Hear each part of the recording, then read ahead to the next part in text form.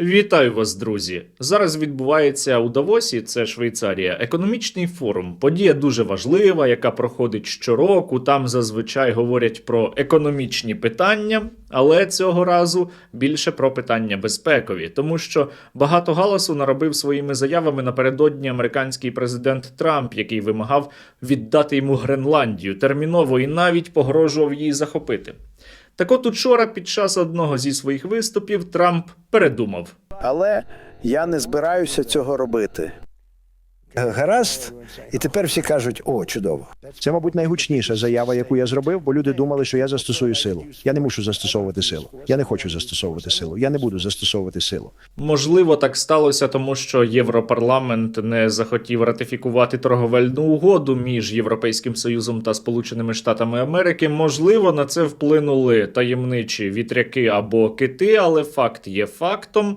Трамп поки що, принаймні, відмовився від силового захоплення Гренландії і навіть скасував тарифи, які мали бути запроваджені з 1 лютого. Тарифи скасовано, нічого не станеться 1 лютого. Ні, ми це прибрали, бо схоже, що у нас вже є практично готова концепція угоди. Діда все ж таки вдалося заспокоїти, і за даними американських медіа, це зробив генеральний секретар НАТО Марк Рютте, який, до речі, дуже підтримує Україну, але змушений зараз балансувати, щоб не розлютити Трампа. І згідно із угодою, яку запропонував Марк Рютте, Сполучені Штати Америки можливо, будуть мати певний контроль над частиною Гренландії, але це не точно. Подивимося. У нас є концепція угоди. Гадаю, це буде дуже вигідна угода для Сполучених Штатів, а також для них. І ми будемо працювати разом над Арктикою в цілому, а також Гренландією. І усе це дуже важливо. Усе це потребує нашої з вами уваги. Та не забувайте про найважливіше – про боротьбу із тими самими клятими вітряками. Я помітив одну річ, що чим більше вітряків має певна країна, тим більше грошей ця країна втрачає і тим гірше у неї справи. Гаразд, давайте тепер про справді дуже важливе. У нас після того, як ми закрили великий збір, просіли донати. Це передбачувано, закономірно, тому що люди донатили на збір на 50 мільйонів, але усе одно війську потрібна допомога. Усе одно запитів є дуже багато, і я усе ж таки прошу вас закинути на русоріз. Реквізити в описі. Дякую, що донатите на Русоріз та допомагаєте нам знищувати ворога на Запорізькому напрямку. Ну і не забувайте підписатися на мій канал, щоб не пропустити нові випуски, а щоб нові випуски бачили якомога більше людей. Тисніть лайк до цього відео та лишайте будь-який коментар. І з американським президентом Трампом відбувається останнім часом щось дуже дивне. Учора він дуже багато плутав слова, терміни, поняття, і мені здається, це може свідчити про деякі проблеми із його здоров'ям. Наприклад, учора він сказав, що Обама дав Україні 350 мільярдів. На жаль, Обама дав 350 мільярдів доларів для України, що було просто жахливо. Все це було жахливим. Цього ніколи не мало бути. І тут є одразу декілька нюансів. Трамп переплутав Обаму та Байдена, бо раніше він казав, що це Байден нам дав 350 мільярдів, але насправді нам ніхто 350 мільярдів не давав. А щодо Обами, Трамп раніше казав, що він давав тільки ковдри. Обама дав їм простирадла, а я дав їм джавеліни. І джавеліни – це руйнівна зброя. Та це тільки початок тих неймовірних заяв, які учора Трамп озвучував у Давосі. Наприклад, учора у нього увімкнувся режим історика. Перша світова війна, вони втратили 100 мільйонів людей. Внаслідок Першої світової війни, за різними оцінками, загинули від 15 до 20 мільйонів людей. Але точно не 100 мільйонів, як сказав американський президент. І ще він учора у Давосі, а це, я нагадаю, Швейцарія, сказав, що якби не Сполучені Штати Америки, які виграли Другу світову війну, то там, у Швейцарії, усі б говорили німецькою, тільки є один важливий нюанс. У Швейцарії більша частина населення говорить німецькою. Отже, а потім, після тієї війни, яку ми виграли, ми здобули в ній грандіозну перемогу. Без нас прямо зараз ви б усі розмовляли німецькою мовою і, можливо, ще й трохи японською. Далі у американського лідера мова зайшла за Гренландію, за яку він останнім часом говорить дуже багато. чи за Ісландію. Не дуже зрозуміло, тому що він переплутав ці дві країни. Я допомагаю НАТО, і до останніх днів, коли я розповів їм про Ісландію, вони мене любили. Бо знали, що вони будуть поруч, щоб нас підтримати, коли це потрібно. В Ісландії, я вам можу сказати, вони точно не на нашому боці. Окрім того, що він переплутав Ісландію та Гренландію, Трамп також завершив війну у Азербайджані. Vladimir Putin called me Armenian, Azerbaijan. Неймовірно просто.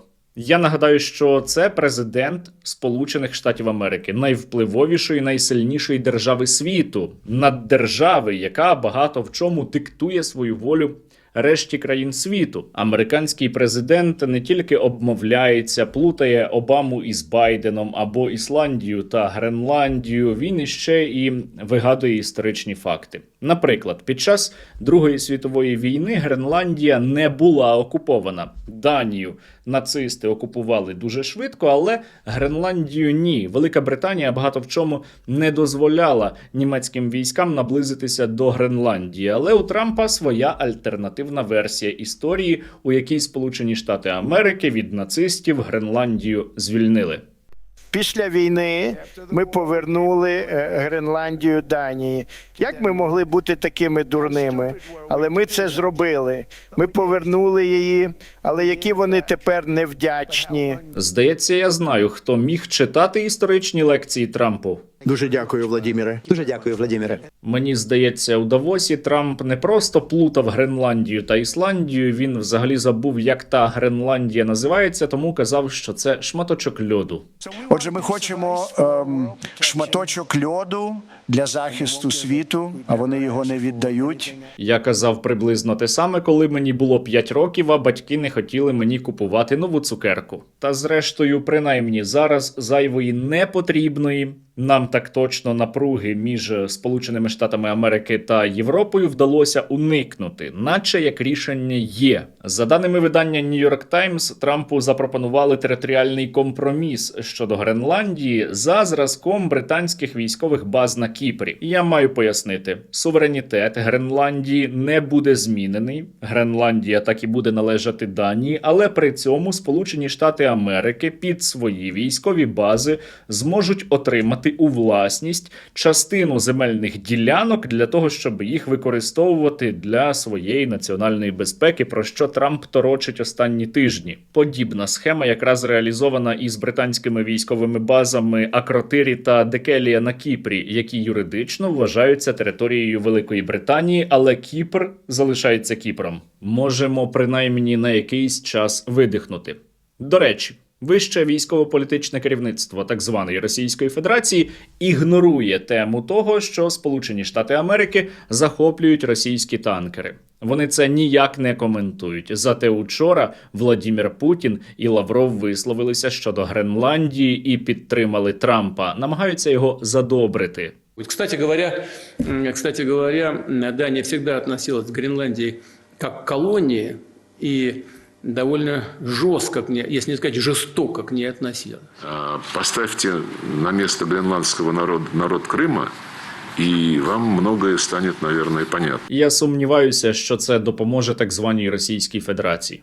Сьогодні ще американський президент Трамп буде зустрічатися у Давосі із президентом України Володимиром Зеленським. Проте ніяких проривів, принаймні поки що, не очікується. А ще Стів Вітков та зять Трампа Кушнер полетіли до Владимира Путіна у Москву. Вони мають там зустрічатися для того, щоб потім заявити про неймовірний прогрес, якого не буде.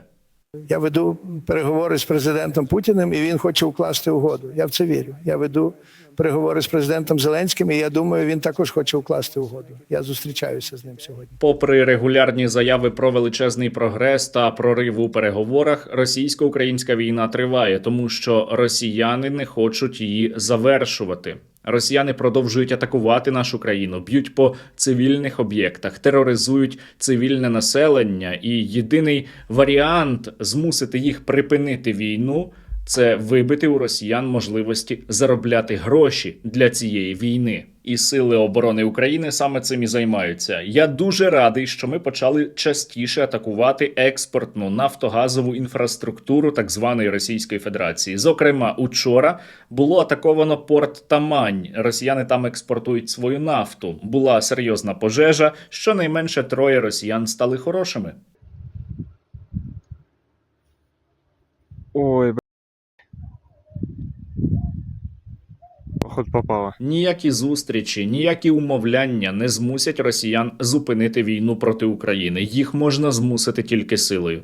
І я дуже прошу вас додати сили українському війську для того, щоб за допомогою найкращих дронів камікадзе наші військові могли посилювати переговорні позиції. У нас із вами не має бути жодних ілюзій. Ми маємо зараз посилювати нашу оборону, перебудовувати армію і допомагати нашому війську, яке за минулу добу завдяки вам отримало іще 200 нових FPV. Бажаю здоров'я, ми бійці Horizon Group. Дякуємо спільноті Стерненка за надану допомогу. Слава Україні! Героям слава! Вітаю, друзі! Батальйон безпілотних систем «Роніни» висловлює щиру подяку благодійному фонду «Спільнота Стерненка» за надані 100 FPV-дронів. Дякую, що донатите на Русоріз та допомагаєте нам знищувати ворога на Запорізькому напрямку. Разом до перемоги та слава Україні! Ми бійці 93-ї бригади «Холодний Яр», рота протитанкових ракетних комплексів, взвод ударних дронів. Знаходимося на Костянтинівсько-Покровському напрямку. Хочемо подякувати фонду «Спільнота Стерненка» за надану наземну станцію та велику партію дронів, що допоможуть нам ефективніше знищувати ворога. Слава Україні! Героям слава! Батальйон безпілотних систем 156-ї окремої механізованої бригади дякує спільноті Стерненка за надані 20 FPV-дронів «Русоріз». Вже завтра ці дрони поїдуть виконувати бойове завдання із захисту нашої держави. Разом до перемоги! Слава Україні! Героям слава! Дякуємо спільноті Стерненка та самому пану Стерненко за надані дрони на оптоволокні, які будуть нищити ворога на Новопавлівському напрямку. Слава Україні! Героям слава! Президент Сполучених Штатів Америки іще не один раз нам влаштує ментальні американські гірки. Ми з вами вже, в принципі, напевно, звикли до цього. Зараз дуже важливо нам із вами вистояти, зберігаючи єдність і допомагаючи одне одному та підтримуючи сили безпеки та оборони України.